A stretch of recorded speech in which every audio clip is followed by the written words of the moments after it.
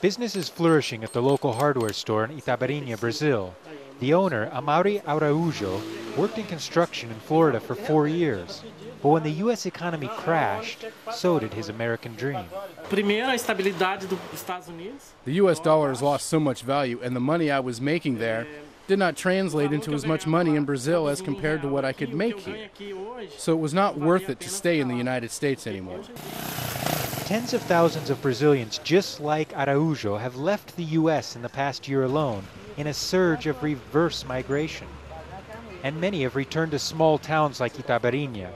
With a population of 10,000, it relies heavily on remittances from townspeople who live in the U.S. The town's mayor, anticipating a crisis due to decreased remittances, traveled to the United States and met with 600 people from Itabariña. His sales pitch? Your economic future is no longer in America. It's back home in Brazil. I brought them data that showed the types of business we needed in town. I invited them to come back.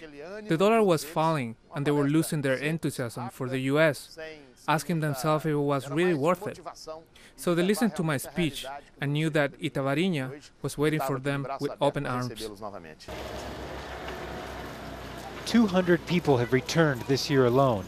Itabariña is now booming. New homes are popping up, and many of the older homes have fresh coats of paint, symbolic of a renewed city. The mayor's office tells us that each person coming back to the town is investing about 75 or 80,000 US dollars, much of it going into construction projects such as this behind me, which then leads to employment.